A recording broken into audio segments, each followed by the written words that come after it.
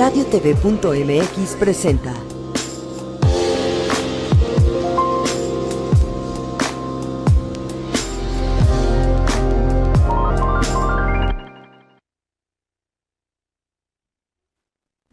Hola, ¿qué tal? Muy buena noche, bienvenidos a una emisión más de su programa Aures Imagen, como todas las noches desde hace ya 2 meses.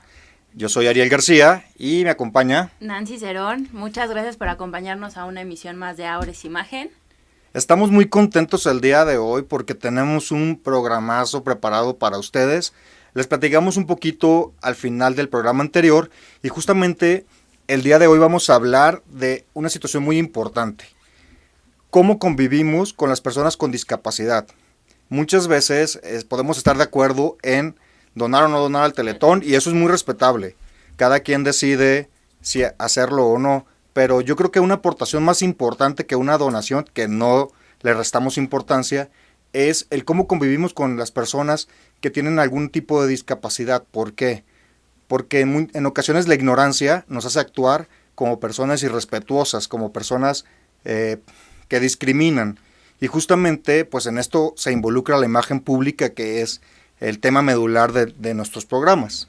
Sí, realmente es un tema importante que creo que todos deberíamos de conocer la manera correcta de cómo conducirnos, cómo tratar a personas con diferentes discapacidades. Para eso tenemos a 3 personas invitadas muy especiales que en todo este proceso de información que hemos tenido, de verdad nos hemos dado cuenta en errores enormes y también cosas muy interesantes que nunca nos habíamos puesto a pensar, que nunca habíamos tomado en cuenta y que, como comentaste muy bien, Ariel, es cuestión de imagen y también de personal, ¿no? Como muy de conciencia para... Está muy de moda la parte del Teletón, de pues el mes y todo.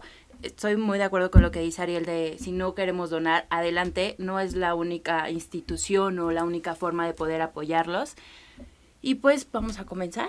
Claro. Me parece muy bien. En este primer bloque vamos a hablar de visión baja. Y para esto tenemos con nosotros a una gran invitada, que ella es la doctora Ana María Borgart. Le damos la bienvenida, doctora. Bienvenida. Muchas gracias. Buenas noches, Ariel. Gracias por invitarme. Estoy actualmente pues representando al Centro para la Visión Baja, que es parte de la Sociedad Mexicana de Oftalmología, y también en la actualidad soy jefe de servicio coordinadora del área de visión baja del Instituto Conde de Valenciana. Y para mí es muy importante difundir que siempre hay algo que hacer para todas las personas con algún tipo de discapacidad, y en especial en la discapacidad visual. Doctora, de nuevo, muchísimas gracias por acompañarnos y vamos a entrar en materia con algunos datos estadísticos y le vamos a pedir, por favor, este tema es educativo, pero dentro de esta parte educativa queremos en definitiva educarnos nosotros. Entonces, por favor, si decimos en algún momento alguna palabra inadecuada, ayúdenos con toda la confianza, exacto, comentándolo, porque para eso estamos, tanto nuestro auditorio, que está muy pendiente de este programa en especial, como nosotros estamos abiertos a recibir la información porque queremos esto que es la educación. Tenemos algunas imágenes ahí, por ejemplo, doctora, la discapacidad en el mundo, se dice que hay hasta al momento 285 millones de personas con una discapacidad visual y de estas 39 millones son ciegas y 246 mil millones son personas con algún tipo de visión baja. Y también tenemos un poquito más de datos. Tenemos que en los países que se encuentra el mayor problema con el 90%, o sea, la población que tiene esta situación de debilidad visual se va más en países subdesarrollados que los países desarrollados, por ejemplo. Otro dato curioso que tenemos, bueno, no curioso, estadístico, es que la mayoría de las personas con debilidad visual o visión baja son mayores de 50 años. Esto es con un 82%, mientras que el 18% son personas de menos de 50 años. Bueno, las principales causas de debilidad visual son errores de refracción no corregidos y también la parte de cataratas. Ahorita más adelante vamos a explicar perfectamente bien. O si gusta, de una vez coméntenos Sí, efectivamente, bueno, los errores de refracción y las cataratas ocupan aproximadamente el gran porcentaje de la discapacidad visual. Pero antes de eso, me gustaría aclarar que lo que es baja visión es la limitación visual para poder continuar realizando las actividades de la vida diaria después de haber realizado al paciente tratamiento quirúrgico, óptico, con la mejor corrección óptica, y entonces estos pacientes pueden tener inclusive hasta percepción de luz. Pero también el diagnóstico también de ceguera más bien la definición de ceguera es aquella persona que no percibe luz. Entonces, podríamos decir que la mayor parte, de acuerdo a las estadísticas precisamente, el menor porcentaje corresponde a la ceguera.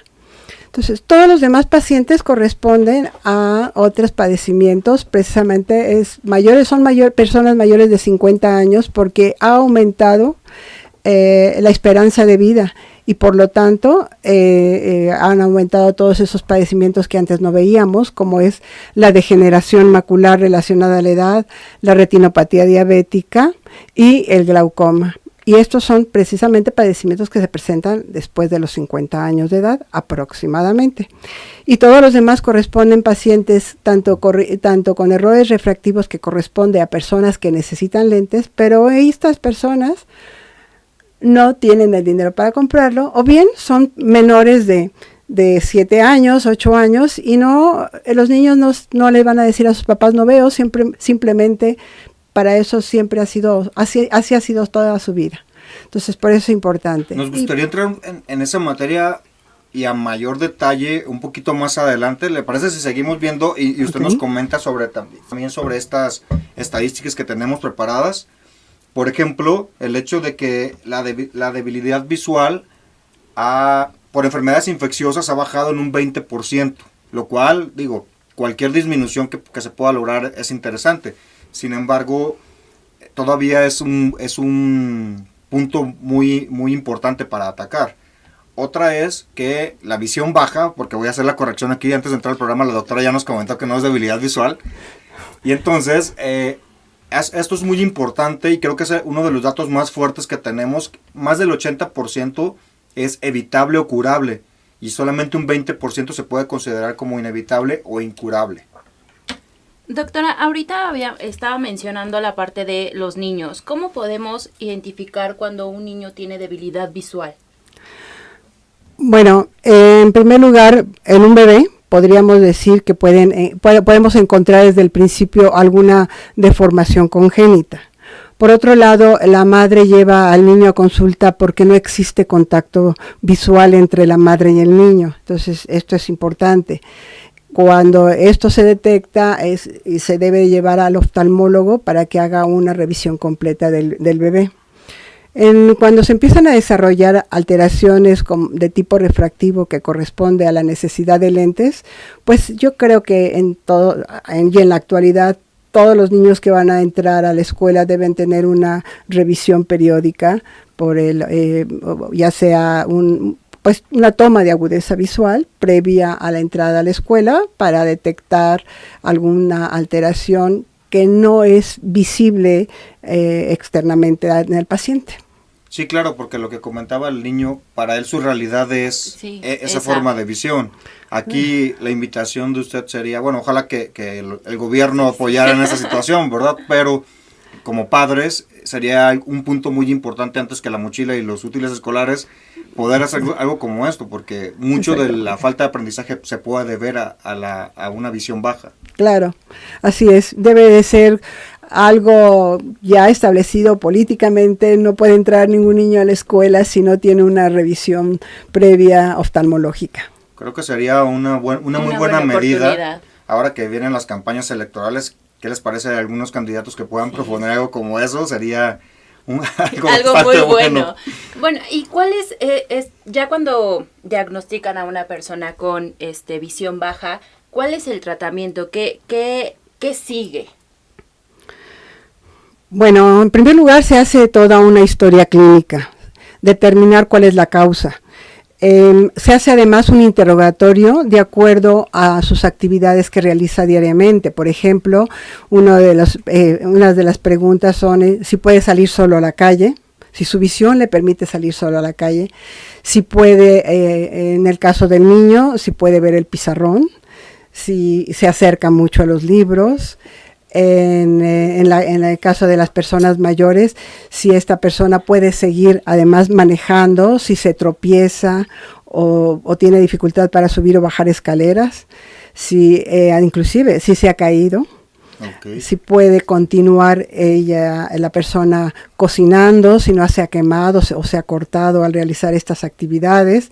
Y las personas que trabajan, por supuesto, si todavía pueden ver para entrar al metro, para ver el nombre de los camiones, en fin, todo eso, saber cómo llega a su trabajo. Entonces, con ese interrogatorio podemos llegar a decidir cuáles son sus limitaciones. Pero, por supuesto, antes se ha llevado a cabo una exploración completa oftalmológica, revisión de agudeza visual, revisión de si necesita lentes, si hay alguna alteración en el fondo del ojo o en el segmento anterior del ojo.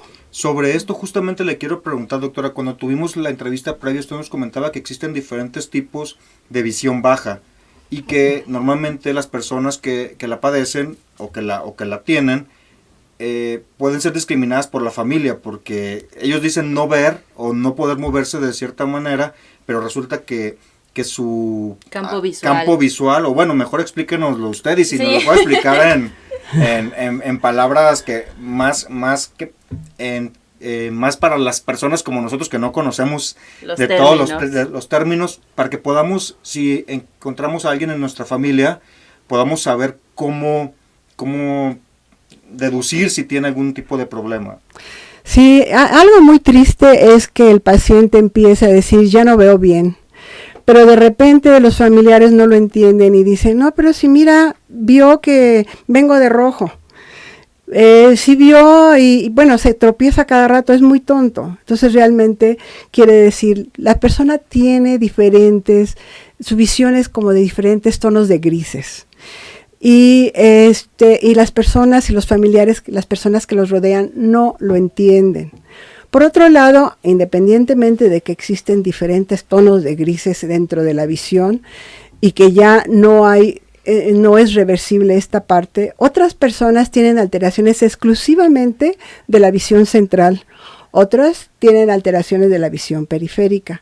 Entonces, cuando hay alteraciones de la visión periférica, las personas pueden tirar fácilmente los vasos que están junto a ella. O sea, sería como alguien que ve así, o sea, mi vista es solamente la parte central y la periferia es la que yo no alcanzo a observar. Claro, y chocan con los muebles y en el caso, por ejemplo, de los niños se pegan en la mesa, en fin, y piensan que son distraídos. No, en realidad están teniendo un problema de visión periférica. En otras ocasiones, cuando la alteración es visual, como sucede en la degeneración macular relacionada a la edad y en algunos otros padecimientos que se presentan también en personas jóvenes, cuando esta alteración es central, no alcanzan a ver las facciones de sus familiares, las fotografías, ven inclusive al tratar de leer el periódico, las imágenes se encuentran deformadas, pero pueden ver a los lados. Y entonces dicen, pero sí vio, sí camina, puede ir a diferentes lugares. Y aquí es importantísimo hablar con los familiares para que entiendan cuál es el problema de estas personas. Pues creo que muchas veces nos podemos encontrar con alguna situación así y como dice usted, doctora, lo vemos como despistado, ¿no? No, claro. No le damos como un enfoque de a lo mejor tenemos que ir al doctor o ver qué está pasando. Obviamente no la primera vez ni la segunda, ¿no? Ya debe de ser continuo, pero pues sí tener esta parte de conocimiento y precaución por los hijos, ¿no? Claro, y en definitiva, pues la familia podemos ser los peores jueces de nuestras personas allegadas y es donde creo que tenemos que tener un poco más de cultura y por supuesto es la intención de este programa poder llevar un poco más de información para que nos enteremos y si existe algún caso como este, bueno, más adelante la doctora nos va a platicar de soluciones o de cosas que podemos hacer todavía para ayudar a las personas a que tengan un desenvolvimiento mejor en su vida diaria. Vamos a continuar, pero nos vamos a ir a un corte y en este corte les quiero presentar un video que es un video musical de una persona que, bueno, es un muy buen amigo, es Eduardo Herrera. Él es un tenor y bueno, Eduardo, platicamos sobre esto, él nos permitió mostrar este video y digo permitió porque va con el tema. Él es una persona que antes que tener debilidad visual, es una persona con muchísimo talento, muy preparado. Y bueno, a mí me encanta cómo canta, tuvimos oportunidad de trabajar con él en algún momento y se los queremos presentar para que vean que no hay barreras. Y algo que me encanta de él, y bueno, Nancy, lo vivimos, es que es una persona que como tal, él dice, yo quiero mostrar mi talento y la debilidad visual es pues una circunstancia. Entonces es de verdad absolutamente admirable como ser humano, como persona y por supuesto como cantante. Y ya no les vendo más, mejor escuchen a Eduardo Herrera, ojalá que lo sigan en sus redes. Te mando un abrazote, amigo, y bueno, disfruten que es su nuevo sencillo que se llama perdón, Eduardo, se me fue, pero vamos con el video, se presenta solo.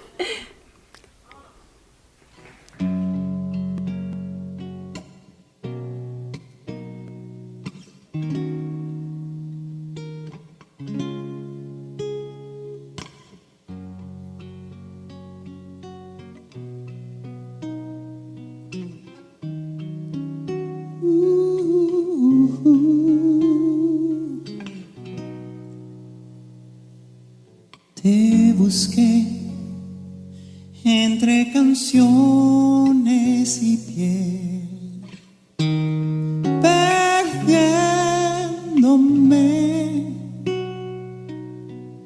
Te esperé entre los rostros de ayer, mintiéndome.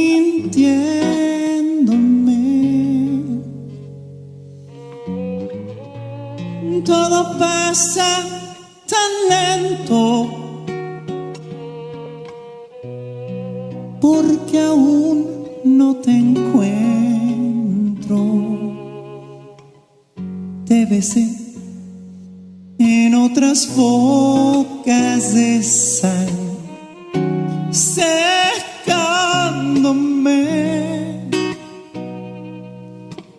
Te abracé en otros cuerpos de cal, quemándome.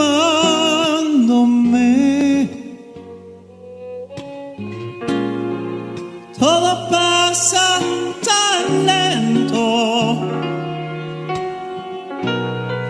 porque aún no te encuentro.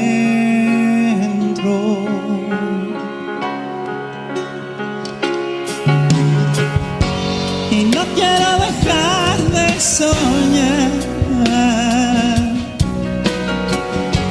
con ver tus ojos al despertar.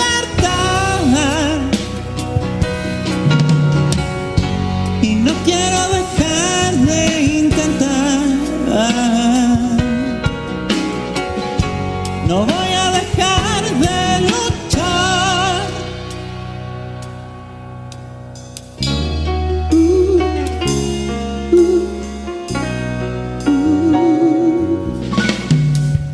Te perdí porque no te pude olvidar, quebrándome.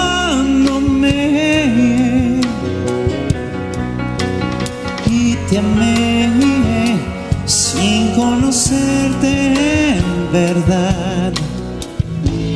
Te imaginé.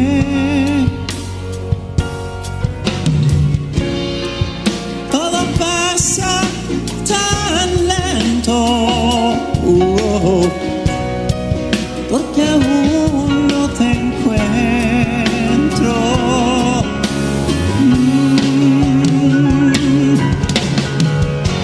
Y no quiero dejar de soñar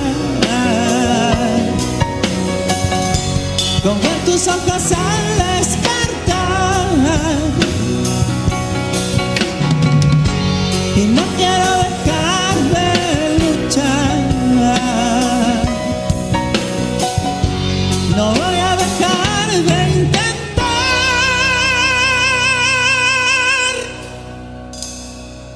Al final sigo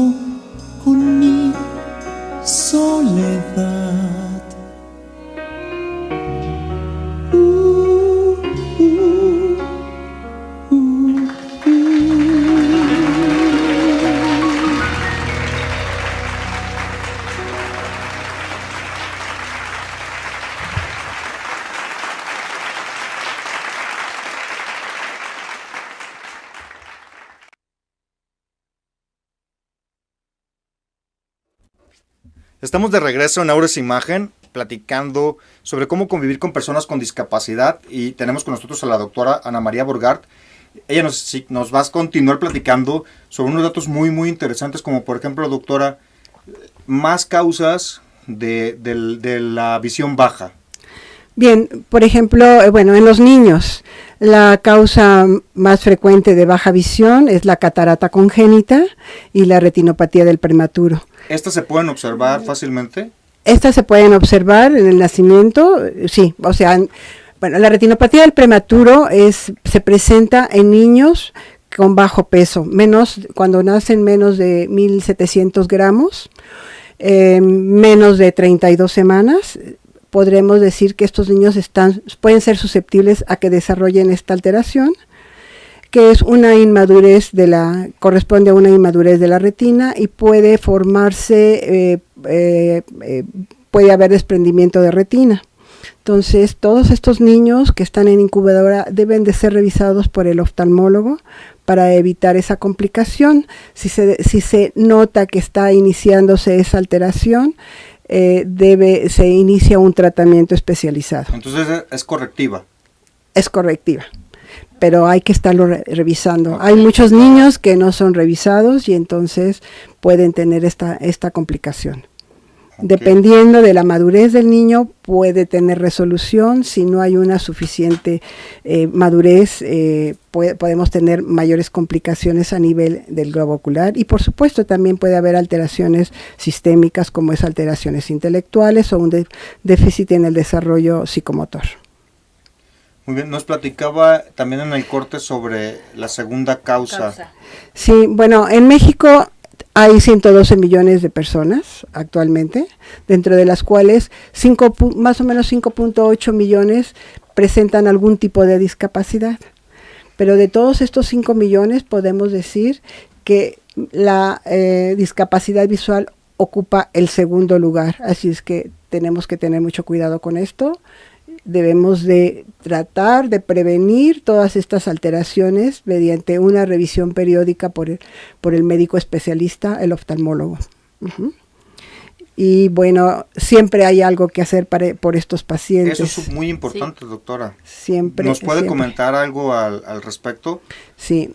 En primer lugar, todos los pacientes con un problema de tipo diabético tienen que ser revisados siempre por un oftalmólogo, mínimo una vez al año, ya que pueden desarrollar la alteración que en la actualidad es la causa de ceguera en México, la primera causa, que es la retinopatía diabética.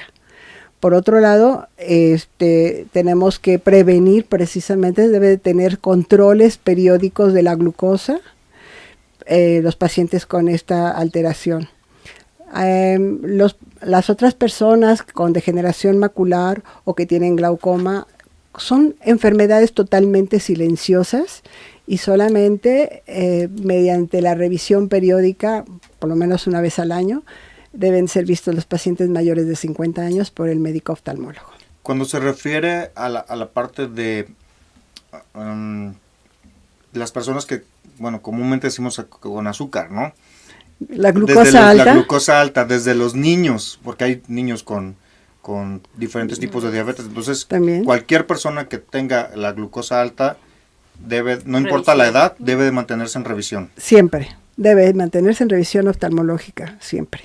Uh-huh. Muy bien. Así es. Vamos a continuar con la doctora, nos sigue acompañando para continuar con este tema, pero antes, a modo de introducción, les tenemos un video. Sin palabras. Vean esto, la verdad, está precioso. ¿Qué es normal? ¿Qué es especial? Para casi todo el mundo, normal pareciera ser que más de 200 millones de personas con discapacidad intelectual sean marginadas, aisladas y silenciadas. Es normal que no vayan a la escuela, es normal que no accedan a servicios de salud básicos, es normal que un 68% de adolescentes sean abusadas, es normal que sus derechos no se respeten, es normal que la ignorancia de la sociedad los siga haciendo invisibles. Pero no es normal. Especial es ver cómo esas personas pueden, a través del deporte, integrarse. Especial es ser testigos de su esfuerzo, de su dedicación, de su alegría. Especial es sentir cómo el espíritu deportivo ha logrado cambiarle la vida a más de 4 millones de atletas, más de 1 millón de entrenadores y voluntarios y a millones de familiares. Especial es eso que construimos como comunidad cuando nos dan oportunidades. A través de programas de deporte, educación y salud integral, en Olimpiadas Especiales luchamos para que cada día más y más personas con discapacidad intelectual tengan una vida normal. Luchamos para que la inclusión, la integración y el respeto de sus derechos sean la norma. Y que la inactividad, la intolerancia y la injusticia sean cada vez más una excepción. Para llevar a cabo esta lucha, necesitamos que más y más gente nos apoye. Para que cada persona con discapacidad intelectual sepa que, detrás de ella, hay un movimiento luchando por sus derechos, sus libertades y su integración a la sociedad. Unámonos y hagamos de saber que no están solos. Unámonos para que lo especial sea lo normal. Olimpiadas Especiales. Bueno, el tema se presenta solo, Olimpiadas Especiales, y para eso tenemos a dos grandes invitadas.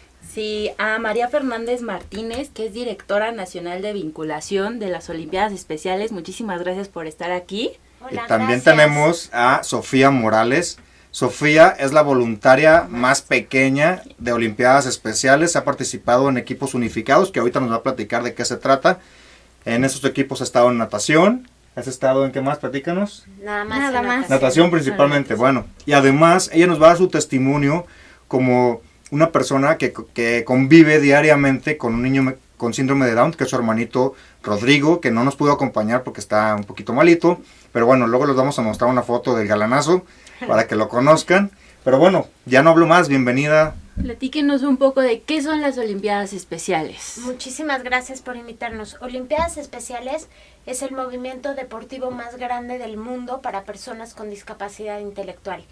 Y lo que tratamos de hacer es que a través del deporte buscamos la inclusión de los atletas a la sociedad, y es una manera en la que ellos pueden mostrarle a toda la sociedad todas sus capacidades y todo lo que son capaces de lograr a través del deporte.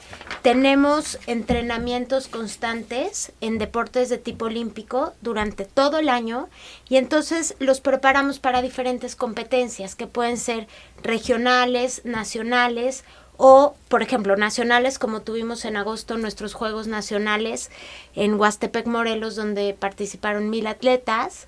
O vienen nuestros Juegos Mundiales en Los Ángeles el año que entra, 2015, claro. donde México lleva una delegación de 130 atletas. Wow. Ok, sí, la verdad es un número de personas que de verdad pues es amplio. ¿Dónde están? O sea, ¿están solamente en el Distrito Federal? ¿Están en diferentes estados? No, Olimpiadas Especiales está en 29 estados de la República. Y en todos los estados funciona exactamente igual que aquí en el Distrito Federal. Hay diferentes clubes de entrenamiento de diferentes deportes de tipo olímpico donde los atletas van y entrenan constantemente. Leí un poco sobre, normalmente son tipos convenios lo que tienen con los equipos o los clubes que tienen las facilidades en sí, o sea, el lugar físico donde entrenan, porque Olimpiadas Especiales no tiene como Claro, tal. nosotros no tenemos unas instalaciones donde los atletas puedan venir a entrenar. En realidad, Olimpiadas Especiales es un movimiento que funciona a base de voluntarios, de donativos y de patrocinios, básicamente. Entonces, esta parte de dónde entrenen los muchachos, las instalaciones, es lo mismo. Nosotros buscamos que nos permitan algunos clubes deportivos o delegaciones usar sus instalaciones para que los atletas puedan entrenar ahí. ¿De qué depende, que un estado esté dentro de Olimpiadas Especiales o no? Porque nos comenta son 29 de 32, supongo que estamos contando el Distrito Federal como una de las entidades, pero sí, pues nos faltan 3. Mira, depende básicamente, como te comento, de que es un movimiento que funciona a través de voluntarios. Okay. Entonces, la cabeza de cada estado de Olimpiadas Especiales son también voluntarios. Implica un compromiso enorme, porque finalmente es dedicar gran parte del día y gran parte de su tiempo al movimiento, y entonces necesitamos primero tener a las personas con el nivel de compromiso necesario para llevar el seguimiento del movimiento en el Estado y reportarlo a nosotros que somos de la Oficina Nacional. Y por otro lado, también implica el compromiso de buscar donativos y hacer estos convenios que dices a nivel estatal para que el movimiento en ese estado pueda funcionar. Y por otro lado, sí existen algunos papeleos con los que tienen que cumplir, Claro. que Sí, porque no es nada más Sí, yo quiero, tengo que claro. hay una responsabilidad de manejar Claro. a las personas. claro. Una pregunta, Fernanda. ¿Se han encontrado con algún tipo de discriminación, con algo que, o sea, cuando iniciaron, cuando están en todo este proceso, que pues alguien no haya querido como ayudar? O las dificultades que hayan dificultades encontrado. en ¿Cuáles sí? son las principales? Mira, en realidad no es que hayamos enfrentado o Olimpiadas Especiales haya enfrentado algún tipo de discriminación cuando haya empezado. En realidad, desgraciadamente, la discriminación es algo constante, es algo a lo que nos enfrentamos Día con día. lastimosamente nos enfrentamos día a día. Entonces, sí, de pronto hay personas o instituciones a las que les parece extraño que vayamos a pedir el uso de instalaciones para personas con discapacidad intelectual, pero les basta conocer a nuestros atletas Sí, claro. Claro. para cambiar de opinión. Eso es básicamente lo único que necesitan. Creo que el problema de esta sociedad, por lo cual hay discriminación y por lo cual la discriminación existe, es, por un lado, la falta de conocimiento, por otro lado,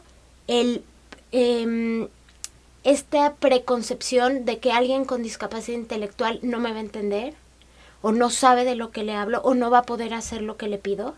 Creo que gran parte del problema es que las personas que no tenemos discapacidad intelectual partimos de ahí, y ese es un muy mal inicio, porque sin duda pueden hacer todo y pueden lograr todo y te pueden entender todo lo que tú les digas. Y la prueba de ello es que tenemos personas con discapacidad intelectual perfectamente integradas en el deporte, perfectamente integradas en el sector laboral y escolar. Solo es cuestión de darles la oportunidad. Nos comentas este término, la discapacidad intelectual. Platicando con la doctora Ana María Burgart, sabemos de la visión baja. Sin embargo, ¿cuáles son las discapacidades que se incluyen dentro de la intelectual? En la discapacidad intelectual hay un rango enorme de discapacidades. Hay unas que tienen nombre y hay unas que simplemente son discapacidades intelectuales. Una discapacidad intelectual es cualquier condición que comprometa neurológicamente a una persona y que comprometa sus funciones cognitivas. Entonces, hay síndromes mucho más conocidos y mucho más estudiados, por ejemplo el síndrome de Down o el autismo en cualquiera de sus rangos, que traen agregada al síndrome una discapacidad intelectual. Sin embargo, también hay discapacidades que no son parte de un síndrome. Las personas simplemente tienen una discapacidad intelectual. Por lo general tienen agregada un problema de lenguaje, un problema de dicción y de lenguaje, y muchas veces el único problema que tienen es una cuestión de la rapidez con la que pueden hablan. entender las cosas. Ok, Ok. sí tiene ¿Sí que me ver la explico? manera de comunicarse y la manera de entenderlo. ¿Es así? Sí, ¿O no siempre es el caso? Es que hay tantos tipos de discapacidades, pero a lo que me refiero es que hay muchas personas con discapacidad intelectual de esta que te digo que no tiene nombre, que lo único que tienen es que necesitan más tiempo, Ok. ¿no? Que a lo mejor si yo le pido Toma algo, más. necesito un poco más de tiempo para registrar que lo que le estoy diciendo. Entonces, hay una gran cantidad de discapacidades intelectuales, y en Olimpiadas Especiales están todas este tipo de discapacidades intelectuales bienvenidas. Además de eso, también hay niveles de rendimiento. Entonces, dependiendo del grado de discapacidad intelectual y de la condición de su sistema motor o de sus habilidades físicas, es que se consideran los niveles de habilidades. Entonces, en Olimpiadas Especiales aceptamos a todas las personas que tengan discapacidad intelectual y de cualquier nivel de habilidad. Una pregunta, en cuanto a atletas, ¿solo son niños, son gente adulta? ¿Qué? Mira, la edad a partir de la cual Olimpiadas Especiales considera que un chico, un niño puede empezar a entrenar un deporte de tipo olímpico es a partir de los 8 años. Entonces, a partir de los 8 años pueden entrar a entrenar en un deporte de tipo olímpico y entrenan mientras quieran. Tenemos atletas que han estado 30 años en el movimiento, tenemos atletas que tienen 40 años. Y también tenemos en Olimpiadas Especiales un programa que se llama Atletas Jóvenes, que es para estos chiquitos que tienen una discapacidad intelectual, que también es importantísimo la parte deportiva y la parte física, pero que todavía no tienen una edad para entrar en un entrenamiento de un deporte de tipo olímpico como más en forma. Entonces, Atletas Jóvenes es un programa que es estimulación, que es como intervención temprana y es un poco irles dando habilidades deportivas sin ser un deporte propiamente. Entonces, en realidad... Una introducción al deporte. Entonces, en realidad, a partir de los 2 o 3 años pueden estar en Olimpiadas Especiales. Sí. De hecho, ahorita estábamos viendo justamente todos los deportes. todos los deportes que Ahí se están. practican en Olimpiadas Especiales México. La verdad sí son varios deportes los que están Muchos. practicando, hay varios atletas. Personalmente creí que era muy poquitos deportes. Cuando vi la información, de verdad me sorprendí, pero dije, está increíble. Y bueno, los videos también. Claro. Es lo hemos platicado muchísimo, es una organización hermosa, con un fin increíble, que de hecho, esto es lo que me gustaría también que nos platicaras un poquito, Fernanda. ¿Cómo a través de esta plataforma ustedes llegan integralmente a ayudar a las personas con discapacidad? Olimpiadas Especiales es un movimiento deportivo y la columna vertebral es el deporte. Sin embargo, logramos ser un movimiento integral para todas las personas con discapacidad intelectual y sus familias y la comunidad a través de otros programas. Por ejemplo, uno es el de atletas saludables y entonces se les hacen periódicamente revisiones a los atletas, por ejemplo, de su salud visual, de nutricionales y de su salud bucal, por ejemplo. Entonces, de esa manera hay un monitoreo de la salud de los atletas. También tenemos otro programa que es la red de apoyo familiar. Y entonces en la red de apoyo familiar lo que hacemos es llevar a las familias y a los papás de los atletas con discapacidad intelectual información de temas que les son importantes y que les son interesantes alrededor de la discapacidad intelectual. Perdón, es que de creo sus que la hijos. familia juega un papel muy importante en las personas, ¿no? En todos los atletas creo que sí es importante el apoyo y... La familia es importantísima porque es el motor, son los que llevan a los chiquitos a los entrenamientos, ¿no? Y luego cuando son más grandes los atletas, pues son los que les hacen el lunch para que vayan. Y son los que ahorran para que el niño o el atleta más grande pueda ir y tener el equipo deportivo y poder ir a entrenar. Y finalmente son los que les dan la constancia. Como familias, también hay muchos retos que tienen las familias de las personas con discapacidad intelectual y creemos en Olimpiadas Especiales que una manera de apoyarlos es a través de estas pláticas que te digo. Entonces tocamos temas como sexualidad en personas con discapacidad intelectual, temas como jurídicos, como el juicio de interdicción, temas como también jurídicos que les interesan muchísimo, como qué pasa si yo quiero heredar a mi hijo que tiene una discapacidad intelectual. Todos esos temas que a ellos les inquietan y que les surgen dudas por la situación de su familia, por vivir con alguien con discapacidad intelectual. Entonces, en definitiva, estamos hablando de una organización integral, que su base es el deporte, si bien ya lo has comentado, pero esta cobertura que se les da en cuanto a salud, en la parte de lo jurídico, nunca lo hubiéramos pensado, pero en realidad es absolutamente importante para todos, ¿no? Para todas las personas y como personas que son, al igual que todos nosotros, necesitamos tener esa seguridad y qué, ¿Puede usted qué imaginarse importante estar que 7 ustedes días? la brinden y no se limiten solamente a la parte de los entrenamientos y la competencia como tal. Claro, y todavía para hacer esto más integral, tenemos otro programa que se llama Deporte Unificado. Y en el Deporte Unificado lo que Olimpiadas Especiales hace es promover el deporte de personas con discapacidad intelectual y sin discapacidad intelectual juntos en el mismo equipo. Es llevar la inclusión en el ámbito deportivo y después la idea es poder trasladarla a otros ámbitos de la sociedad. Esto quiere decir que en un mismo equipo juegan personas con discapacidad intelectual y sin discapacidad intelectual, aprenden a cooperar, aprenden a apoyarse mutuamente y entonces al final se dan cuenta que no hay ninguna diferencia. Que Eso podemos está increíble. jugar del Sí. mismo lado y podemos jugar del mismo equipo y no hay ninguna diferencia. Y que tal vez lo único que yo, que no tengo discapacidad intelectual, tuve que hacer fue tener 10 segundos más de paciencia o explicar, pedirte que me volvieras a repetir lo que dijiste porque tal vez no te entendí. Pero al final de cuentas, a la No hora son del lo partido mismo. y a la hora de la verdad, todos somos iguales y todos nos la rifamos igual en el partido. Pues yo veo muy interesada a Sí. nuestra invitada Sofía, que qué mejor que tú, Sofía, que Exacto. has vivido en competencias de natación en equipo unificado, que nos platiques tu experiencia. Cuéntanoslo todo, por Sí. favor. ¿Cómo te sientes de formar parte de un equipo unificado?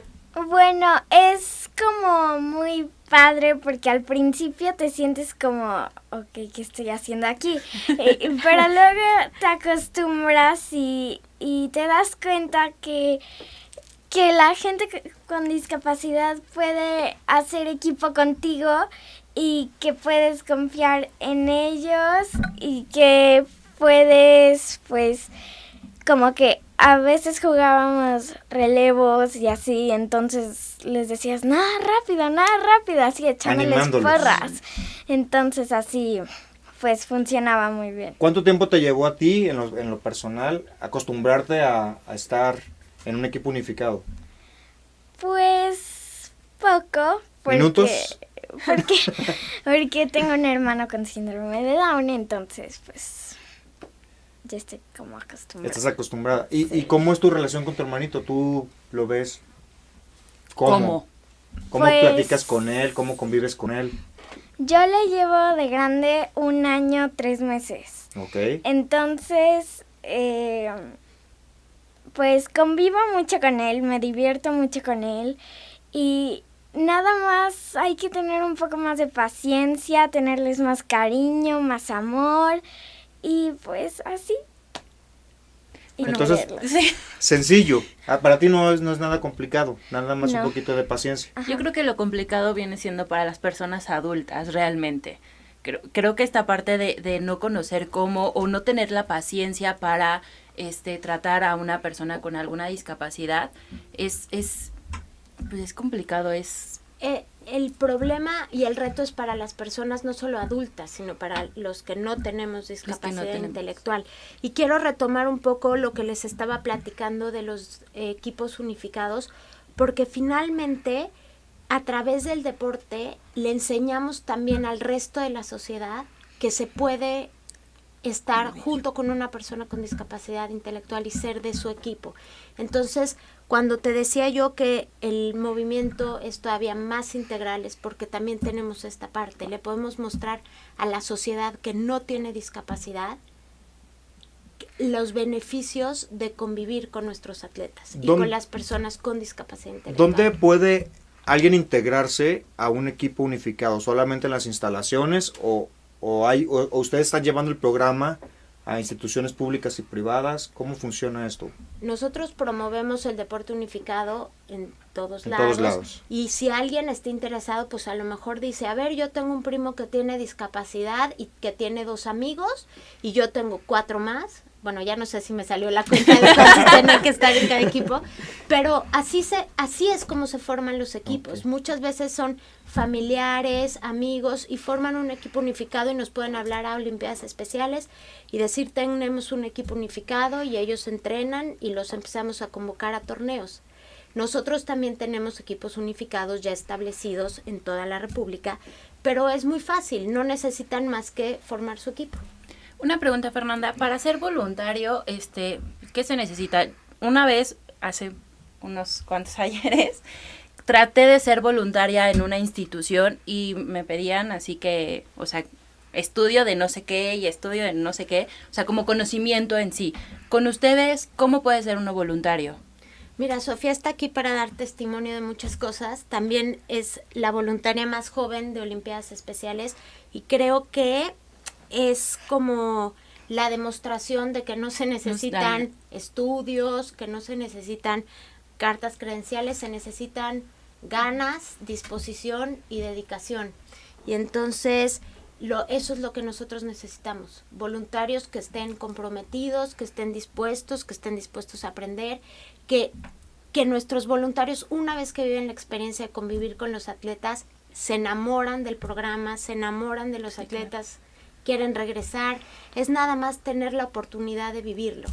Entonces, no hay mayor requisito que decir el corazón, ser voluntario. La capacitación necesaria ustedes la van a proporcionar en su momento. Nosotros siempre les damos capacitación y la capacitación va en el sentido de cómo referirse a ellos, porque todavía hay personas que usan lenguaje que no es adecuado, cómo tener cuidado en las palabras que usamos, cómo tener cuidado en estos detalles que te digo. Si se me acerca alguien con discapacidad intelectual y no le estoy entendiendo bien lo que me dice, cómo reacciono. ¿Qué te parece si en el siguiente bloque nos hace una pequeña capacitación como la que recibe un voluntario? Porque para nosotros es muy interesante y muy importante, y creo que la parte medular de este programa en especial es que podamos aprender a convivir con las personas con discapacidad. Entonces, si nos ayudas en el próximo bloque, y junto con la doctora Ana María, que también nos pueda dar algunos temas, algún vocabulario como el que se debe de utilizar, y entre otras acciones que debemos utilizar. Lo vemos después de un corte, ¿qué les parece? Sí, claro. ¿Puede usted imaginarse estar 7 días atado a un árbol? ¿Qué tal 7 años? Aaron Banda de Malawi tenía solo 2 años cuando fue restringido por primera vez. No había servicios que lidiaran con su discapacidad intelectual. Un entrenador de Olimpiadas Especiales descubrió a Aaron. Con nuestra intervención, los padres de Aaron pudieron ver un camino para el desarrollo de su hijo e involucrarse con una comunidad de personas que sabían qué necesitaba Aaron para crecer sano y fuerte. Ahora Aaron puede alcanzar su máximo potencial. Pero el mundo es aún un lugar empobrecido y solitario para otras 200 millones de personas con discapacidad intelectual. La clave para cambiar esto es comunidad. Olimpiadas Especiales es como el pegamento entre familias, voluntarios, profesionales, entrenadores y otros grupos interesados. Nosotros podemos dar a más personas como Aarón una verdadera oportunidad en sus vidas. Solo se necesita un balón de fútbol, un entrenador, un líder de juventud, vecinos y familias que se unen para entrenar, arbitrar, ser voluntarios y animar a los atletas. Olimpiadas Especiales tiene un plan de juego muy ambicioso. Queremos reclutar, entrenar y movilizar los líderes, familias y voluntarios necesarios para llegar a 5.3 millones de atletas y 530,000 entrenadores dedicados y participando en Olimpiadas Especiales para el 2015. Necesitamos doblar los ingresos para que podamos activar los programas que harán que esto suceda. Aún estamos lejos de nuestro objetivo fundamental de una comunidad segura y de aceptación para aquellos con discapacidad intelectual, pero estamos llegando.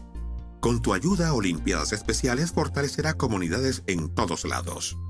Cuando estamos unificados, podemos cambiar el mundo. Únete.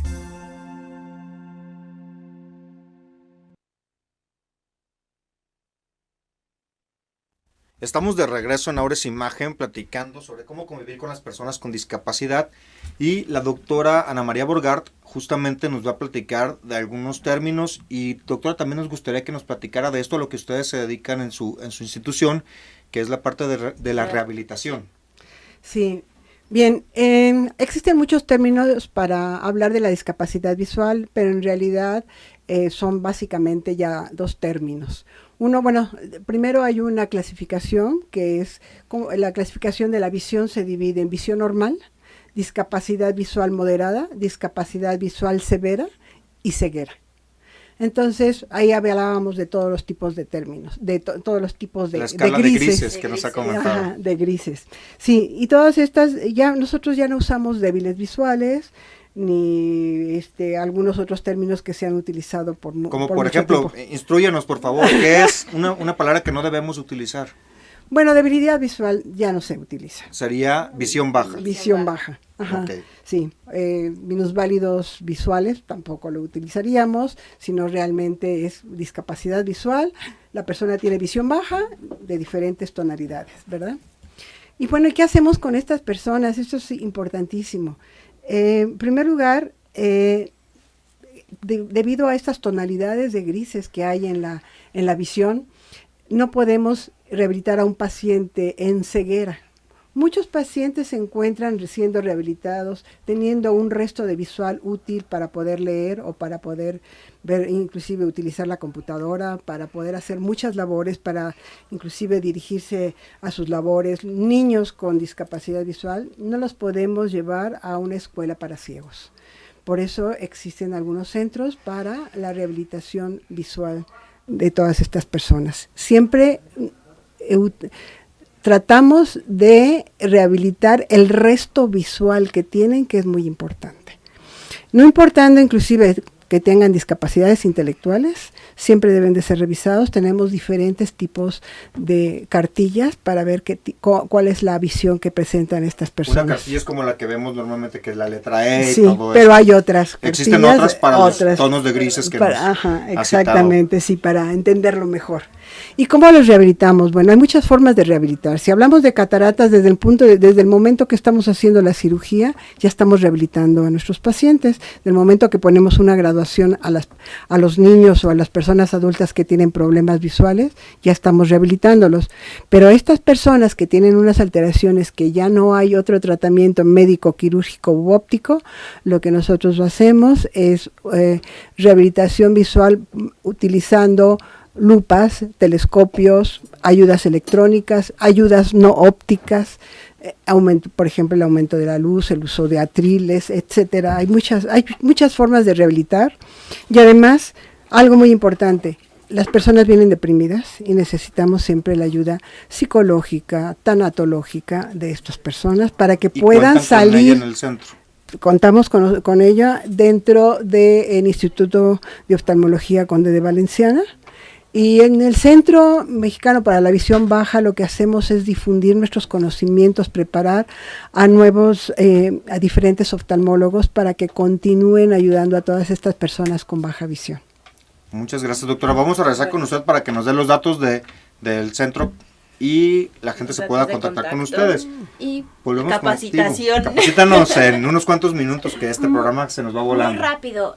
Lo primero que siempre decimos en las capacitaciones para nuestros voluntarios es siempre tratarlos como iguales. Partir de que los vamos a tratar como persona igual, ¿no? No asumir que tienen una discapacidad intelectual y por lo tanto tratarlos diferente. Punto número 2, tener paciencia. Punto número 3, estar dispuesto a repetir las instrucciones o a repetir las cosas o sin no tener miedo a pedir que nos repitan lo que están tratando de decir. Okay. Otra cosa es el lenguaje que usamos. No son personas discapacitadas, tienen una discapacidad intelectual. Hay unos términos que yo ya ni quiero decir porque sí, por favor, son no te los vamos a pedir. espantosos. Creo que ya cuando yo oigo que todavía alguien usa un término de esos, me parece espantoso. Entonces sí, tener mucho cuidado cómo nos referimos a ellos. Es una persona con una discapacidad intelectual, no es una persona discapacitada, ni ninguna de los otros términos. Entonces, básicamente, si partimos de esos 4 o 5 sencillos puntos, podemos fluir con ellos muy fácil, siempre partiendo de que no son diferentes, que los podemos tratar como iguales. ¿Cómo me dirijo a él? Por su nombre. Claro, y esa es cuando te diriges a mí, hola, claro, Fer, ¿cómo Sí, estás? no hacer Hola. diferencia. A mí me encantaría si un día nos invitan otra vez. Por supuesto. Si les quedan las puertas ganas. están abiertas y también para la doctora Ana María. Y puedo venir con un atleta. Excelente. Claro. Nos Y va a pueden encantar la platicar idea. con él, ¿no? Y pueden platicar con él y te puedes dar cuenta que lo vas a poder entrevistar igual que a mí. Eso va a estar Sí. increíble. Y bueno, ya vienen los Juegos de Los Ángeles. ¿Qué te parece si antes de los Juegos hacemos un programa Muy especial bien. para mostrar a qué atletas estamos mandando a Muy bien. competir por México? Padrísimo. Doctora, yo tengo una pregunta más para usted. En cuanto a la debilidad visual, ¿cómo me puedo acercar a una persona o cómo no debo de acercarme a una persona con debilidad visual? Porque a mí me tocó, en especial con mi amigo, ya hoy que platicaba con él, se lo comentaba, yo lo tomé del brazo para ayudarlo y él se quitó. Entonces, pues yo me quedé como un poco traumado. Dije, bueno, ¿cómo, no? Claro, es como cualquier otra persona. No toleraría que alguien me tocara en la calle si no lo conozco. Todas estas personas que tienen un bastón blanco o que traen un perro, ellos están totalmente rehabilitados y saben cómo dirigirse a diferentes lugares. Muchas veces nosotros les preguntamos, nos acercamos y les preguntamos si necesitan ayuda para atravesar la calle o para ver cuál es el camión o para parar un taxi, Sin ¿verdad? tocarlos, nada Sin más. tocarlos, Con nuestra sí. voz, comentamos, ¿te puedo ayudar en algo? Y eso Sí, da la claro. pauta para lo siguiente. Claro, a mí no me gustaría que alguien me tocara. Por Y supuesto. por supuesto, los perros guía, por ejemplo, nadie debe acercarse a un perro guía, porque inclusive muchos de ellos traen un pequeño anuncio junto a él, estoy trabajando, claro. no te me acerques. Así es que sí, tenemos que preguntar si necesitan alguna ayuda. Pero Doctora, estos hablamos de la ceguera. Los datos del centro, porque ya estamos Sí, fuera de tiempo, de Sí, hecho. tenemos una página que es www.visionbaja.com, que es también también pueden anotar en internet Centro Mexicano para Visión Baja, y también ahí tenemos En un buscador información. va a Ujú. aparecer toda la información. Hay otro correo que se llama info@cmpbchicab de Visión Baja Visión Baja. .com. Ahí también se pueden dirigir. El correo electrónico del hospital es visión.baja y todo junto institutodeoftalmología.org. Muchísimas Sí, gracias, gracias. doctora. Necesitamos otro programa para hablar más a detalle. Inclusive también podemos traer alguna persona que haya sido rehabilitada. ¿Prometido? Prometido, claro que sí. ¿Quién de ustedes nos da la Sí. información de Olimpiadas Especiales? Sofía ya está lista. ¿El teléfono? El teléfono 52 55 03 59 y la página de internet. Ok, www.olimpiadasespeciales.org.mx. Y invítalos a que sean... Voluntarios. Sean voluntarios, es algo muy bonito. Muchísimas gracias por haber venido. Gracias, doctora De Ana verdad. María. Gracias, Fernanda. Gracias, Gracias Sofía, a ustedes. Gracias, Nancy. Gracias, Ariel. Y muchas gracias a ustedes porque nuevamente nos sintonizaron. Y Muchas nos gracias, vemos. Gris, en los controles, Sí. nuestro angelote que siempre nos cuida. Y Gracias a ustedes por acompañarnos y nos vemos en una próxima emisión. Buenas noches.